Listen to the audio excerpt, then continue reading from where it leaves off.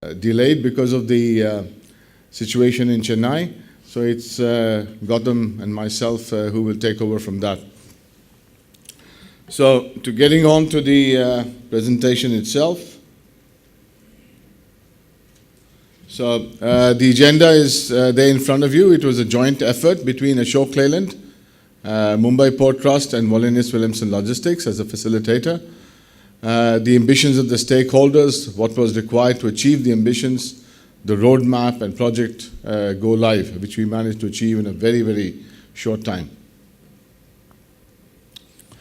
So this is a brief background on the three partners. Not going to go into details on that, and you can read that on the screen. But in a very, very short synopsis, Ashok Leyland today is a leading manufacturer of commercial vehicles. They have had an excellent past 2 years in terms of growth, both for domestic as well as for exports. And they continue to grow in the exports market for completely built up commercial vehicles. Mumbai Port Trust, of course, has been the oldest port trust, and Gautam will touch upon that. And they have huge tracts of land and the availability with them. And of course, they have the ability to be able to provide very, very smooth logistic network. Wallenius Wilhelmsen Logistics, we are a partnership between a Swedish and a Norwegian company. And we have been in the business since 1999, and we are today the largest owners and operators of Ro-Ro and car carrier vessels in the world and terminals. So the ambitions of the shareholders was to develop a facility at the Mumbai port with global standards to effectively facilitate exports for commercial vehicles and to bring greater predictability to the supply chain. So several months ago, when we sat across the table with Ashok Leyland and we looked at their supply chain, we felt that there were certain improvements to be made in terms of predictability, in terms of the speed, the velocity, and the ability to be able to get a zero defect product to the customer. Because the way it was the chassis were made in the south of India, transported across to a bodybuilder in the west of India, and then moved across to Mumbai port for exports. In the middle, there were several damages, there were several kilometers added onto the odometers, and we felt that there could be a certain amount of optimization in the supply chain. And like I said, due to the plant and bodybuilding locations in excess of 500 kilometers from the exit port, lack of adequate infrastructure available at the closest facility. The facility they were using was 54 kilometers away from the port, and we felt that that was too far away to bring any kind of predictability to the exports. So if you had damages, you were you had the probability of being shut out, you had a probability of missing the shipments. And of course, lack of skilled expertise to address transit defects. The aim for both Ashok Leyland, for the Mumbai Port Trust, and for Wallenius Wilhelmsen Logistics was to have a zero defect vehicle leave the Indian shores, so that as soon as it reached the destination, it could be driven off to the customer, and then that could enhance their exports for themselves. And to achieve a target of, as I said, zero defects. So for WWL, to deliver innovative and sustainable global logistics solutions, and Mumbai Port Trust, of course, is taking several measures to render cost-effective solutions.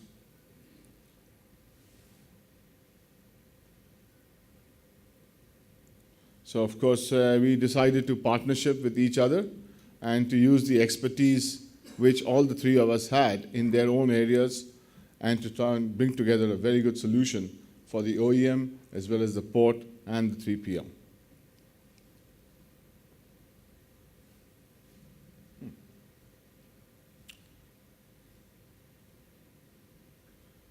Right. So WWL offered below for the project to interact with the statutory bodies to get the necessary approvals for the earmarking, developing of the facility within the Mumbai port premises. WWL, we operate 13 terminals across the world, 60 VPCs. So we do have a certain amount of excellence and best practice across the world in this business. So we decided to develop a world-class facility with the best infrastructure possible, to identify the facility within the Mumbai port so that it was not 54 kilometers away from the point of export, but maybe within 5 kilometers. And we were, of course, the LLP for handling all export activities ex-Mumbai port for Ashok Leyland. So then, just to give you a little bit of some of the dates, we started on 10th June to start building the facility. Amazing cooperation from Mumbai port. All the clearances were expedited, all the permissions were expedited, and we were able to complete the facility, as you can see at the bottom right-hand corner, was on 18th of August. And this is during the monsoon season, where you do have a lot of stoppages because of rain. So this is a very, very good timeline and the ability to do this and go live within 2 months. And here are some pictures of the facility as it stays today. As compared to the earlier facility, which was 54 kilometers away from the port, where we did not have a lot of infrastructure, where we did not have the right conditions. If you look at this particular facility, we have the ability to park close to 600 to 1,000 commercial vehicles on tarmac parking. We have a ramp which can take 2 vehicles at the same time. We have a covered facility. We have the facility to do repairs and to do minor touch-ups and repairs before the vehicle leaves the country. And of course, we can do a lot of other value-added activities in that particular facility. So I will now hand over to Gautam, and he will talk about how, from the government perspective, they managed to help us to build this particular facility in a very short time, and how this was a very good example of how private and public partnership takes place within India to help the Make in India campaign. Gautam, please.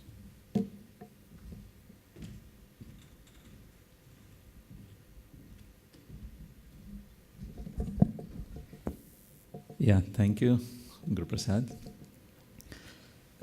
Yes, before I start on the further presentation, some background I'll share with you about the port and also the automobile handling facility that we have developed. The port, as you know, is very old. It's over 142-year-old port. And it's been used to handle all kinds of cargoes, all sundry packages of different size, bulk cargoes, fertilizer, coal, food grains, you name it, and then you find it here. Over the period of time, as packaging changed, as import-export profile changed, we kept ourselves changing. Today, we have no containers in our port. In fact, it's minuscule. But go 20 years back, we were the largest container handling port in India too. So we kept ourselves tuned to changing needs of the trade. And being a major facility on the west coast of India, more particularly west coast in the middle of the Indian coastline, and there is huge manufacturing activities which goes in and around Mumbai, maybe 400, 500 kilometers radius. So we have not first identified the automobile handling as a key area or thrust area. Until 2002, in fact, we were handling only some imported cars, that too through containers. But as our traffic started declining due to the neighboring port, JNPT, which we gave birth to, so that was the specialized port for handling container cargo. So naturally, with the pressure from the city fathers to reduce our container handling business, all the business in a way, we also pushed it to Jawaharlal Nehru Port Trust. So we were left with very little business, and we had reached this figure of 26 million tons of cargo, which was all-time low. That is the time when we started looking around at what are the other options which we can attract. And that is when we attracted. And it gives me pleasure to tell you, in 2003, though Maruti was exporting, Tata was exporting from JNPT port, with a lot of persuasions, we could only get first Ashok Leyland. And Ashok Leyland, for their mini trucks and about 2,000 trucks which were to go to Iraq for food for oil program under UN, this thing. So that is when we started this business, and we realized that yes, there is a lot more opportunities, and we need to reorient our facilities, our vision to handle this cargo. And that is when we started looking into it, and then one by one, starting from Maruti, Tata Motors, and today we handle most of the car manufacturers, almost all in the Western India. I'll say Volkswagen, General Motors, Tata, Mahindra and Mahindra, and also Maruti. We also used to handle for Honda some times ago. So these are the facilities. And then on commercial side, commercial vehicle side, of course, Ashok Leyland and Tata. Within that, Ashok Leyland has developed a facility. They came to us saying that we want to do this facility in a world-class manner, in a manner in which we have total control over operations. And it was not easy. You see, we are a state port to set aside a huge tract of land in the most important city, Mumbai, where land is worth its price in gold, or rather in more. So, but then we recognize that importance of this trade, and we recognize that if we won't do, who else will do in the Western port? With all other ports being very specific and specialized ports, like JNPT, you can't handle anything other than the containers. So that is when Guru Prasad and Ashok Leyland team with Captain Naresh and all others. So we started looking at it and I'm happy to say that in no time, a full dedicated facility was created for them. And not only, as luck would have it, that there is a dedicated facility over I think 10,000 square meter of land that we have set aside. We give them 30 days free. I don't want to make a sales speech because we are a government port, not that we earn anything out of it. But then I'll just say that yes, government ports, government institutions are also changing, and this change is coming. So what we did is we started with changes, and this facility was raised in no time. Whatever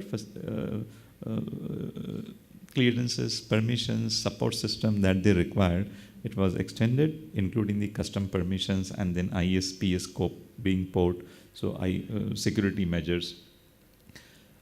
Later, the two berths, which we have very brand new berths, that also came handy, though it was not built for container, it was not built for automobile, but then that could be utilized for automobile traffic. And that is where the two dedicated Ro-Ro berths that came handy from mid-June onwards. So in a way that for Ashok Leyland, there is a PDI facility, there is a storage facility, there is a facility which is very close to the berths, and it is fully dedicated to them, so they have full control over it, over its operations and logistics. What we did is we linked this facility to two berths, which is called offshore container terminal berths, and these are the berths with wide area on the apron, that is wharf apron, more than 30,000 square meter of area for storage. So resultantly what has happened, resultantly what happened is that the productivity in these two berths has also shot up from, in our conventional berths, it was in the range of 100 loadings per hour. And it pleases me to announce that in the new berths, that is OCT, the figure went on in fact much, but I want to be moderate and modest, to 150, there is 50% improvement in the loading. Now you realize that if there is a 50% improvement in the productivity on the ships, so how ships turn around becomes efficient, and ship can be utilized for more times in the sea than in the port. That is where the ships makes money. So we are very happy to announce that it has reached 150 on an average, but at peak it has even gone to 180. Our partners, Hogue Lines, are here, and they will bear me out with my numbers that they are right. Yes. So this is the steps which we have taken and will continue to take to support this activity. From zero numbers in 2002, today we have reached the numbers of 160,000 per year. That is the last year figures. This is where we hope to get the increase of about 10% in traffic. Thank you for hearing me out. And if you want me to take this talks little further to what the government, because I heard Mr. Bevis talking about the initiatives in the port sector. But if specifically, if I can talk some more points? Yes, right, thank you. And of course, if you are ready to, it pleases you to hear. We are a government port, so we are very closely watched and of course regulated by the Ministry of Shipping, Government of India. Government of India has taken very proactive measures now, in the sense that they appointed a Boston Consultancy Services, Boston Consulting Group, as to benchmark our productivity figures and our facilities with the best in the world. They have recently given their studies for all 10 ports, in which Mumbai port figures very prominently. And in this study, the automobile logistics is one of the main core area that they have identified. And I'm happy to announce that the port has also reciprocated and accepted. And in recent developments, for all other handling companies like Maruti, Tata, Volkswagen, General Motors, we have formed a core team, where the team is, this is a management team comprising of the port personnel, security personnel, CISF, and representatives from these companies, so that any issue on the road, our aim is to reduce the damage that happens, and also to make a seamless traffic, especially when the ship is alongside. So we have made a special corridor in the busy road, and this corridor, in the last 10 days of the month, when most of the ships come alongside, this corridor is dedicated only for automobile traffic. That is one part. We have also thrown idea in the public domain that if multi-story car park is needed, then Mumbai port is ready to invite the tenders for PPP operators to participate in that. And this will be a facility for over up to 30 years. It can be revenue sharing basis, or it can be a fixed fee basis. We are also looking at this possibility so that the cars, the total logistic cost that go into cars export in Mumbai port reduces substantially. Thank you.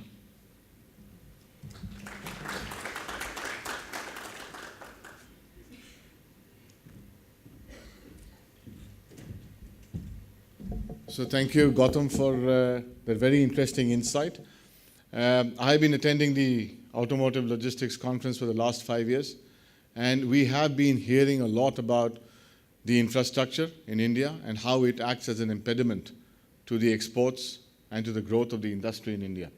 Here we have a perfect example of how the government itself has been very, very proactive. He's talked about meetings with the OEMs, the ability to be able to facilitate, to remove roadblocks, and to make things easier for the Make in India campaign and for the growth of exports out of India. So this is a great sign for all of us, and we are very, very proud that we have been able to partner Mumbai Port Trust and get fantastic cooperation out of them, as well as the OEMs. And we hope that going forward, others will take advantage of this, of the fact, as Gautam said, that they have a very open approach. They're willing to work with OEMs and to try and facilitate this going forward. And I'm sure that this augurs well for India's exports of close to 600,000 automobiles and more than 50,000 commercial vehicles per year. So thank you very much. And then I leave it across to Christopher.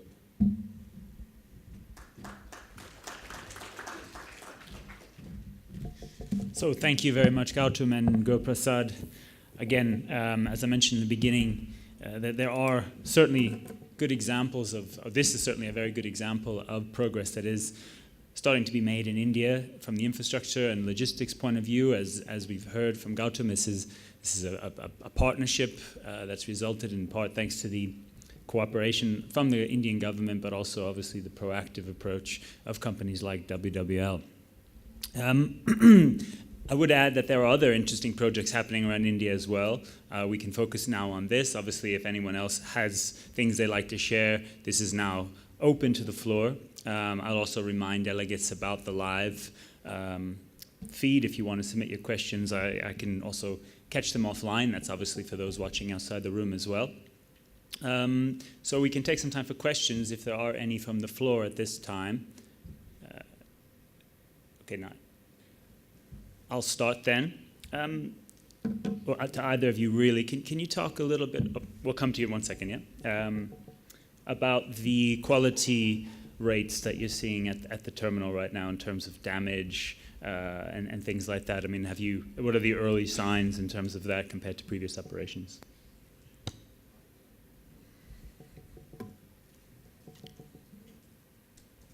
Hello? Yeah. Thank you. Yes, though detailed data, or rather minute data of percentage damages or such instances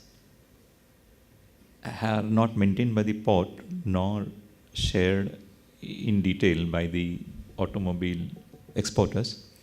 But we get to hear that yes, there are damages, and so to improve upon this situation, specifically this core team which I said, apart from the institutional measures that we have been taking in a maybe more disjointed way, like the yard is not clean, so clean up the yard. Make a dedicated passageway, so make a dedicated passageway. But then we thought that these are the off and on response systems to a problem which needs to be solved on a sustained and a regular basis. So instead of a one-stop activity, so this core team which is formed, they have interacted, and there is every fortnight a meeting of the highest management in the port, that is the deputy chairman level, and they have themselves reported that A, there is great deal of improvement in the number of cars. A, it's shifting from parking areas to the alongside the ship, which earlier used to even lead to some shut-out cargoes, that is the cars which could not make in time up to the ships. That has almost become nil. Why I said almost? Because I'm a little modest and I don't want to overstate a thing. But in these 3 months, there has been no instances which have been brought to our notice by this team. I guess that it must be 100% there is no now case of shut-out cargo, at least for logistic bottlenecks. That is number one. Number two is that wherever there are pebbles, even small, or there are poor lighting in the passageway between the parking yard and then the berth, they have been straightened out, they have been cleaned up, and the roads have been asphalted. With our new 2 berths, which are absolutely brand new, and right into this offshore, that is, they are in 800 meter into the sea, and there is no other cargo handled. So the damage or dust or anything else, it's completely foolproof from this vagaries. And if there are any OEM exporting from here, and if they differ, I would appreciate that too. But I'm sure the quality have improved substantially. Thank you. Thank you. Yeah, just to give you a just to give you a number on the benchmark, Gautam mentioned that they have improved the productivity or the throughput of the port from 100 to 150 vehicles per hour. This compares very, very favorably with Pasir Panjang terminal in Singapore, which does something like 150 to 200 per hour. And they have, of course, built this up over several years of best practice. So you can see that, and if you try and compare this with other terminals in the region, you would say that this is almost at the top end of the best practice in India. With having 150 vehicles throughput per hour is possibly the best practice in India. Thank you. I think we had a question here in the front. Yeah, hi, I'm Gaurav Vangal from IHS Automotive. My question is to Mr. Gautam. I just wanted to understand how you see the Pipavav port competing with the Mumbai Port Trust coming forward, that as manufacturers are moving to the Sanand in future. Thank you for raising a very pertinent issue, which I was wondering whether I should say here, but then now that as a response I have to bring out, so I'll take some liberties against the do's and don'ts that has been asked by the organizers. Yes, competition from Pipavav and others, like when we were doing for Maruti about, we are yet doing for Maruti exports about 6 years ago, and when Mundra port started, we realized that the total market is growing. Total exports is growing. So there is certain segments which take cars to, say, European ports, but then there are other segments which are served all over the world. So even after Mundra's existence as a car terminal, our exports with Maruti, the numbers which were there 6 years ago, that continues. Besides that, main manufacturers like Volkswagen, General Motors, Tatas, and Mahindra, they are within 180 to 200 kilometers from Mumbai port, and we are closest. So it won't make any sense for them to go there, and I don't think 4 of them would change their factory to go to Sanand for Pipavav port. I want to share here one more thing, that we have also started rail logistics, in the sense that the cars which were coming by car carriers until, from Sanand factory, nano cars, one trial railment of 120 cars of Sanand, from Sanand nano, we have already successfully done about 1.5 months ago. So with this logistic chains opening up, even from Sanand, many of the manufacturers would yet bring their cargo to Mumbai. Though as of now, we have very little. We had inquiries from Ford also, who have, I think, setting up factory in this thing, in Sanand. So they have also approached us. And as an alternative port, I'm sure, as a Pipavav.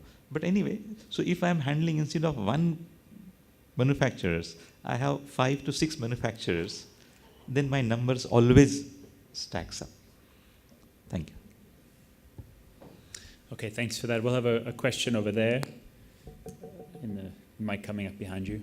Hopefully we're going to have some balance. Someone's going to speak up for Pipavav now, so we don't have a commercial. Yeah, I'm Kishore Sonekar. I want to ask that the new government, how they are talking about the progress and any direction, or are they push for port and other facilities. What change you see earlier government and this government? Are both the same? Is it, Yeah. is it for me? Or? Yeah, yeah. Oh, thank you. Yeah. Though I'm a government servant, so I can't take a position saying that no, earlier government was bad and this is good, or this is bad or this is good. But anyway, the facts and the numbers speak louder than opinions. I think that's the right thing. So I'll roll out some numbers and some facts. There are 12 ports, major ports, and from 2008 to 2014, that is 13-14, all the ports showed decline in profit. These are the numbers which can be verified from data from IPA website and from various places. And this has come out of a study done by Boston Consultancy Group, that all the ports' profitability declined from 2008 to 2013. That is up to 13-14. But in the year 14-15, now you draw your conclusion what happened in 14-15. That is, our data reads our financial year is from 1st March to 31st April, 31st March, 1st April to 31st March 2015. All the ports except one have improved their productivity, improved their profit substantially. Now, this is the effect of 1 year's governance. I am sure the numbers will go up further, and it is showing a very, very positive trend. And there is hardly a day goes without we either being contacted by Delhi or we are not called to Delhi. So there is a great push on the infrastructure development in our port alone. Mumbai port, though, can I take some more liberty to answer these questions? Is it Please. okay? Mumbai port is situated right in the city, and a megapolis, surrounded by megapolis. We have very little area for expansion. And we have been told all along in 2002 that you are not needed, you are a dead port and you are dying, and so you close down and you hand over the land and properties to the city, and city will do a better use for them. And that's it. There are another n number of ports can come over with this thing, and they gave us examples of London and all those places, and very nice case studies were thrown at us. And we were really at the least handling data numbers, about 26 million tons. Today we are handling 63 million tons for everybody. That is more than 150% improvement in our numbers over these years. And we have added and we are adding lot of capacities as LNG, FSRU, oil handling facilities. So we are concentrating on facilities like automobile traffic, the traffic which will not impact the city's road condition. That is where this Sanand example of cars arriving by rail from Sanand. And now we are in talks with Maruti also, that if they can bring, and some pilot studies are going on. So our effort is to grow. And I'm sure we will grow not only in quantity, but also in quality. That is why the BCG's report is a benchmarking with the best ports in the world. And we are inching towards it. In the Indian context, though, I mean, world figures we may not reach easily. It's a long affair. It may take 5 years to reach that figure. But we are improving productivity. The profitability is improving. The better practices are being set in. And I think results will show up. Thank you. Yes, if I may take the liberty of just commenting on that.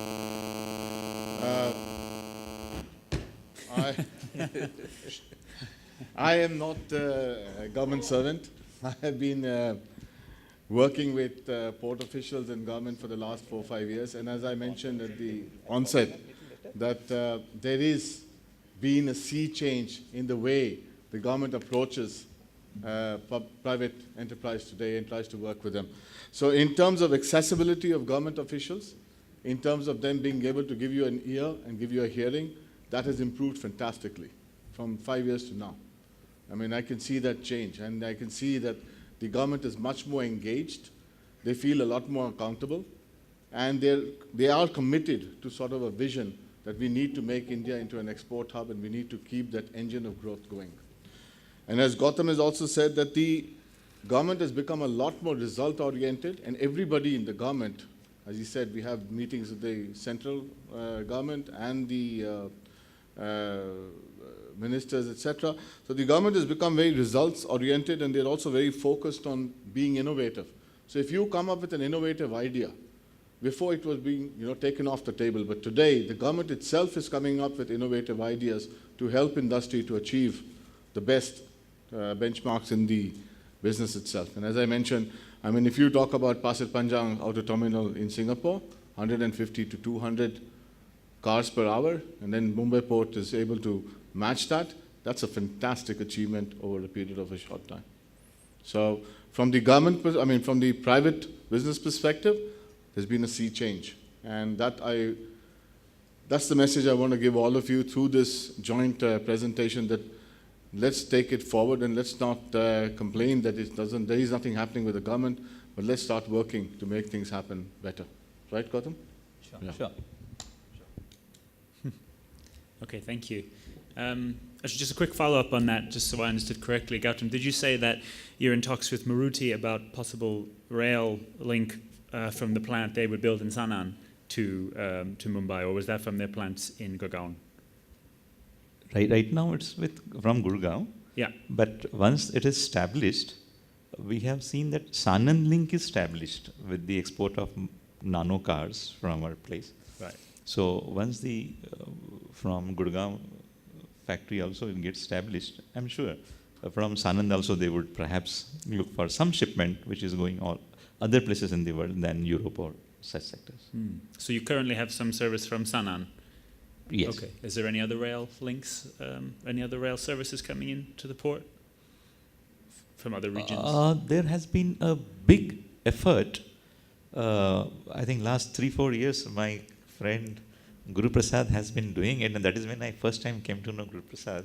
If you remember, that the car manufacture and car distribution is so concentrated that there is a hub along Mumbai, that is west, that is Pune and Nasik belt.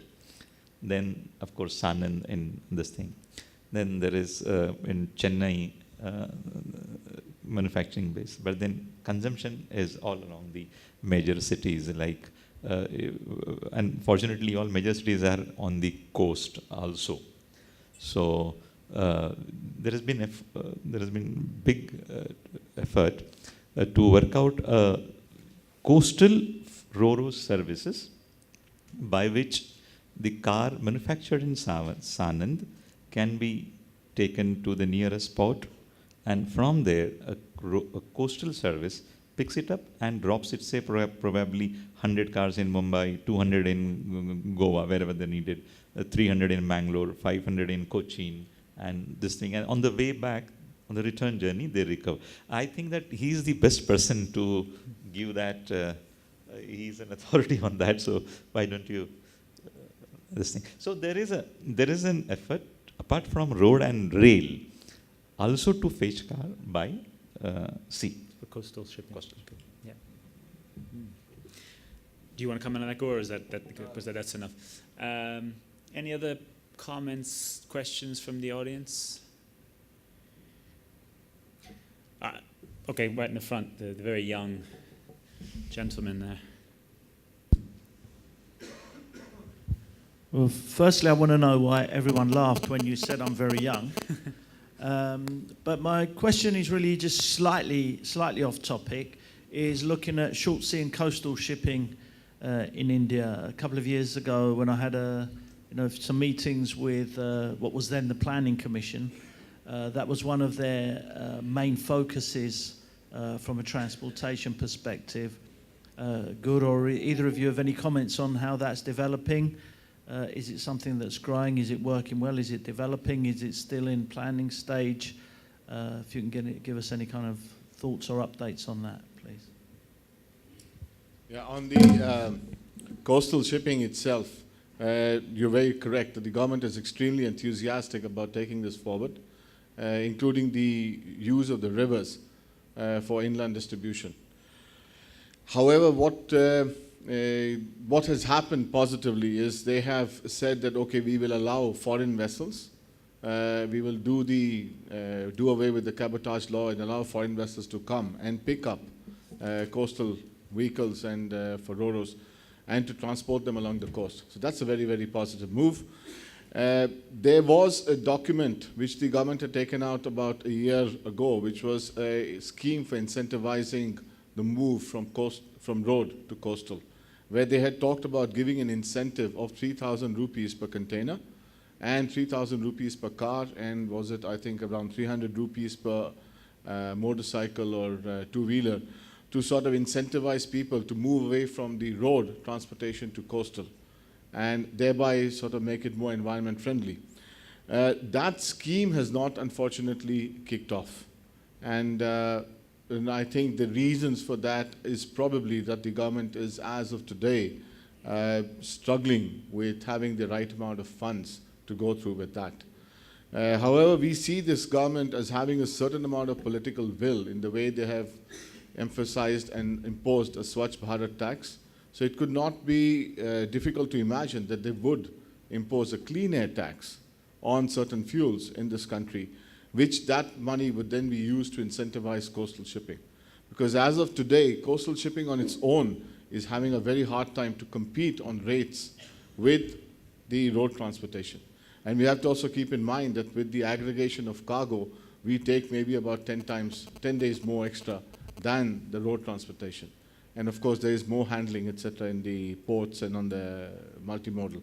So I am a die-hard optimist. I believe that this will happen in the not very far future. The good news is that the first coastal ro-ro vessel has been started in India by a company called Link Shipping. It's a vessel called Maria Ace. It's a small vessel which is running up and down the west coast from Hazira to Mangalore and Goa, and carries trucks laden with tiles, etc., from Gujarat down to tea consumption areas. So it's already started, which is the good news. We need to get our act together and get a more consistent policy going forward, which is always a work in progress. And the way we see with the Delhi government now taking very, very stringent steps on the use of cars on the road, etc., I would not be surprised if we have a clean air cess on fuels in the near future, which could then be used to incentivize alternate means of transportation, i.e. rail and coastal ro-ro, and then let them stand up on their feet for the first couple of years, establish themselves, and then, of course, maybe that incentive can be withdrawn. But initially, of course, we will need some help from the government. Sorry, Gaurav. The cabotage laws have already been removed, or is that still the plan? And just to clarify. Now, the cabotage law has been removed. Naresh, does that yeah? Yeah, it's been removed for the next 3 years for ro-ro and car carriers. Okay. Okay. So, and I think containers too. So foreign flag vessels can actually call into Mumbai, pick up coastal cargo, and bring it across down to Chennai, the other end. yeah. To Chennai. Yeah. Okay. That's been done, notified. Yeah. Yeah. Okay, great. Any other comments, questions? We have a question. Another young gentleman, actually. There's so many young people in the room today. It's lovely. Coincidentally, they all work with me in one way or another. I don't know. This question is for Gautam. See, 2 years ago, when I had a chance to visit your Bombay Port Trust, basically to look at the auto exports related issues, one of the things which all the operational guys were talking about was the rodent menace. Okay, because you have no separate you have a warehouses full of grain. Okay, next to that is a lot of the vehicles. So this causes two problems. Subsequently I never went back, so I have no idea, but I want an update from you. So thanks to this rodent menace, okay, a lot of this grain also get into the tire, like a grooves or whatever it is. this is incidentally taking a lot more time to remove it because this poses problem. I mean, obviously you cannot export the vehicle. You can't export the vehicle abroad. This will cause problem. That's one. The second issue is the the rodents biting the tires. Okay. So I would like to know what is the status of that. That's question number one. Question number two. See, look, there are a couple of yards outside the, it's actually, Mumbai Port Trust owns, a huge tract of land in Bombay. Okay. Hardly, 2 or 3 kilometers, the vehicles meant for exports have to come out on the general road and again re-enter the port. Okay. So I'm talking on that, a Masjid Harbour line side of it. So, since you guys really want so much of tract of land, why don't you create a passage whereby the vehicles meant for export move only within the, a campus of, a port instead of coming out in the public domain, public area and getting in? Because this causes a lot of problem because outside the road, there is a bus traffic, there is a cycle shop, there is a, you mean, everything is there. So, please, that's the question. Yeah, thank you for very relevant question indeed. Yes, the port, as I said in my presentation talks, that we used to handle everything, and we handle even today food grains, fertilizer, and steel, and all sorts of cargo. Therefore, we also had some people, and they were designated, rather, this is a post in the olden good days, rat catchers. We had a whole lot of people, there were I think 14 or 15 people, they were designated rat catchers. And we used to actually see with that, that pinjara or that cage, how many they have caught and their disposal and all those things. Thanks. No. I'm talking about days gone. So, yes, port is a place. This used to happen earlier also. And that particular year, sir, what happened? The lot of pulses traffic came. And unfortunately, we had no space left other than a godown which was very close to the car parking area, the export car parking area. You're talking about 2012-13, sir, if I'm right. Yeah. So that year, so we did not realize really that this can be a problem, that rodent can increase because of the food grain, and rodent can in turn can damage or cause damage. So that has happened, and so immediately it was brought to our notice also, and then we took measures to first remove the pulses, that is the pulses traffic from the food grains. And later, whatever was balanced, so there were some holes also. So we closed them actually with the cement and concrete. And after this few efforts and also pest control measures, this has been controlled to almost, I think, nil. There has been no more now such complaints that rats or rodents are causing damages. They not only used to, sir, as you said, tires and this thing, there was a bigger problem also, that there is some water in the windshield or somewhere. So in their thirst, they search for water, rodents, and they even in fact cut those tubes, and then car won't start, something like that. It was more this thing. So it was brought to our notice. But now, sir, that menace is over.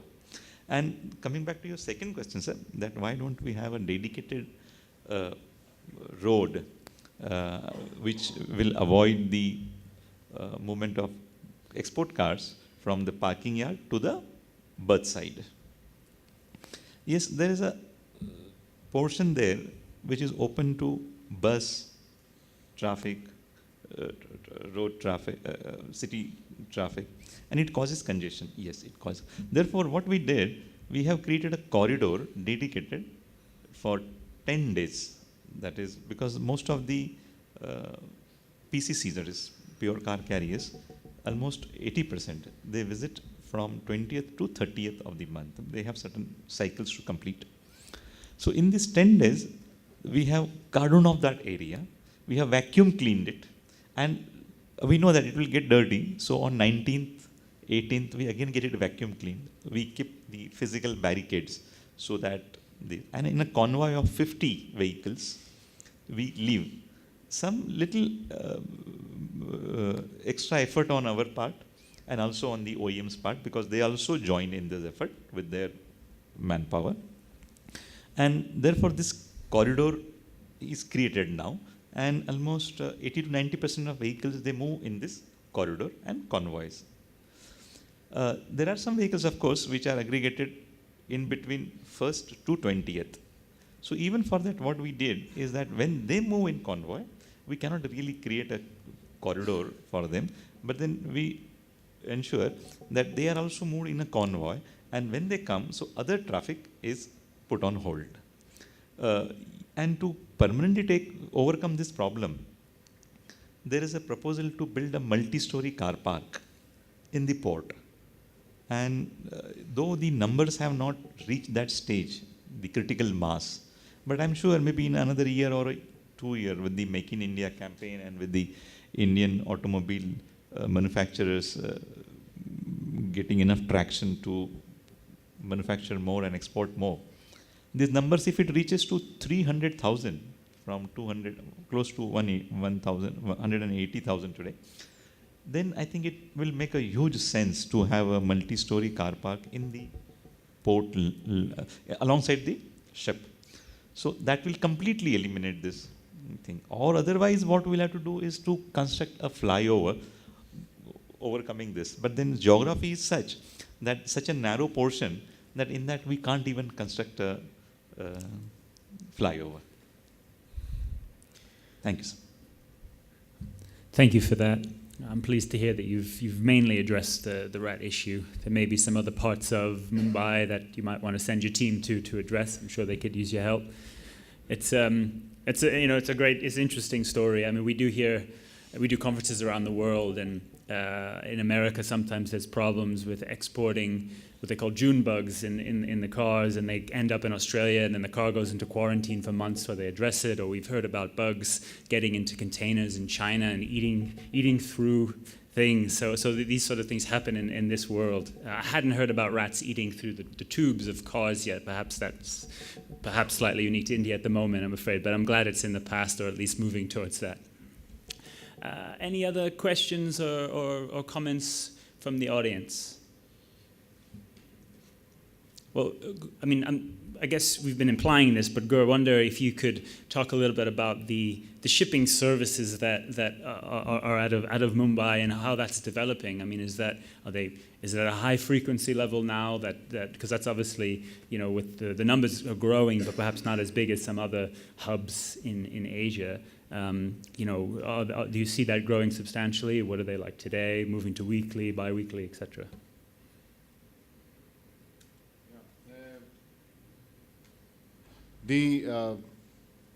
The export figures which we have as of today, I mean, if you look at the month of October, we did something like 61,000 vehicle exports out of India. And as Gautam has mentioned, Bombay's share has been growing significantly and dramatically, primarily because you have the Pune automobile manufacturing cluster and the Nasik automobile manufacturing and high and heavy cluster very, very close to Mumbai.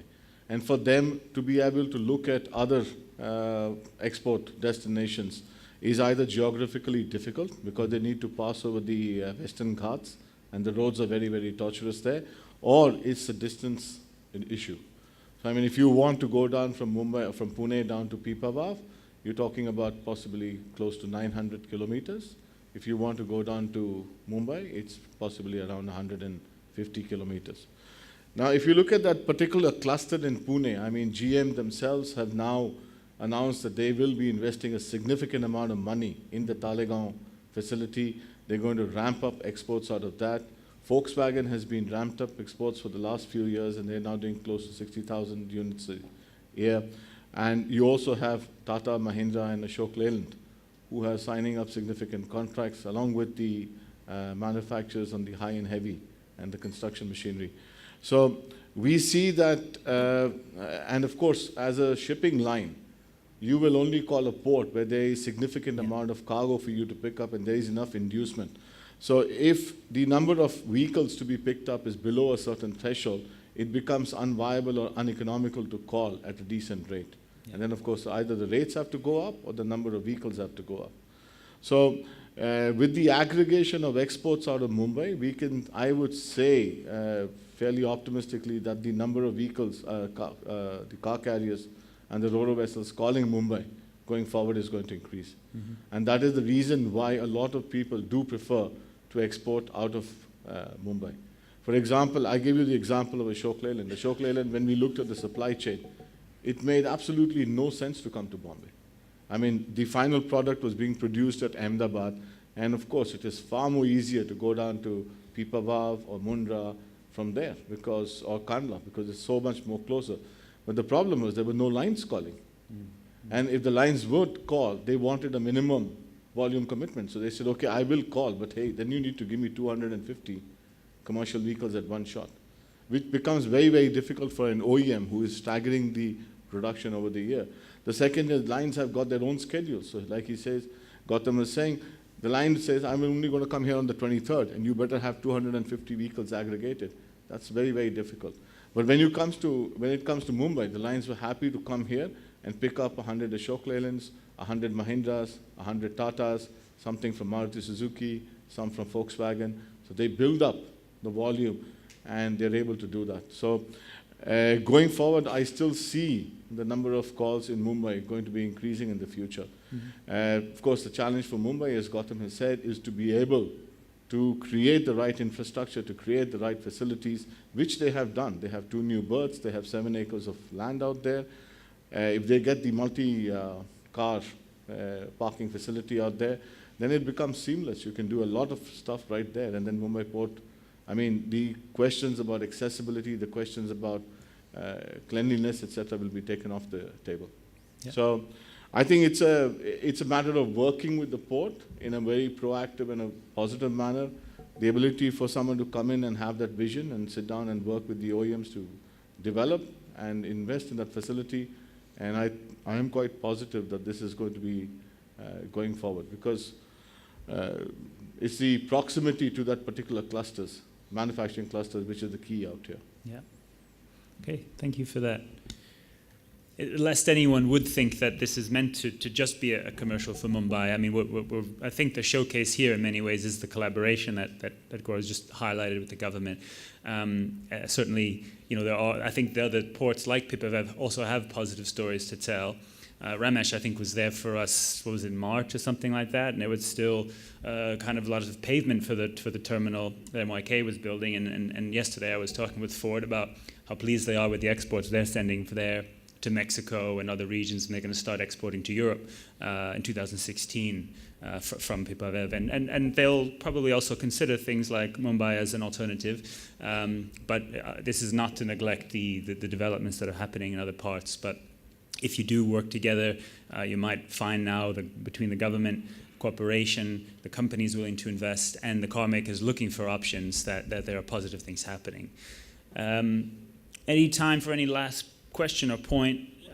Yeah, we'll wait for the microphone, Ramesh, just because we're recording it. We want everyone to hear. Guru, this question is for you. Recently, Mangalore Port Trust has started a ro-ro facility. Okay, I think that's basically for coastal shipping. But possibly, you know, like, you also if I remember right, last year you also did a road trip trying to understand. You're looking for an alternate port apart from Bombay Port Trust. You came back and said that the road is not, good. That's why I think you gave it up.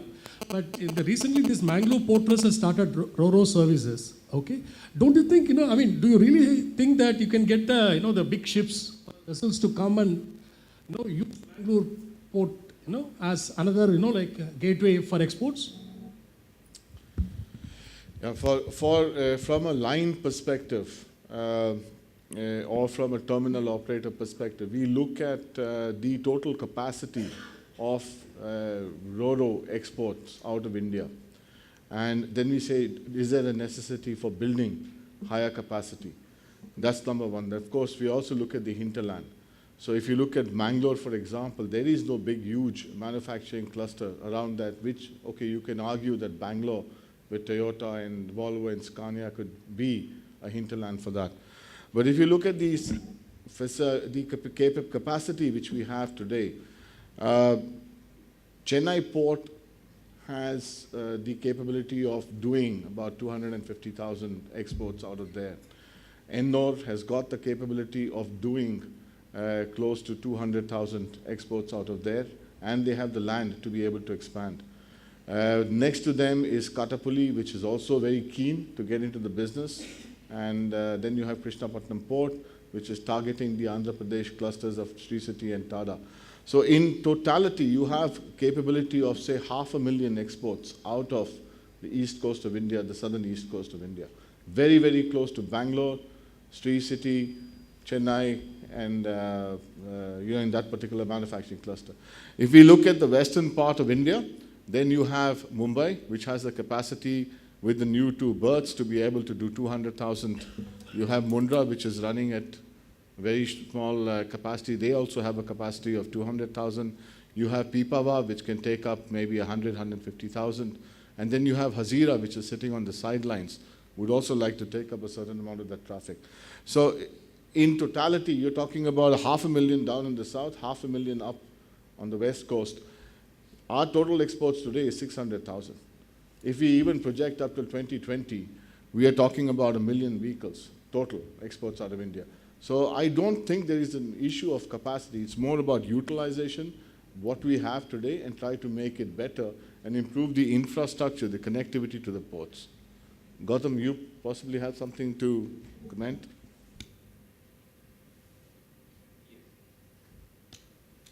Yeah, what just Guru said, it's true, because if you dissect India with Kanyakumari as the base and you take the go up to Kashmir, then the west coast, very strong manufacturing on the northern side, that is Maharashtra and Gujarat clusters, and the eastern side, eastern ports are taking care of the other side of the cluster.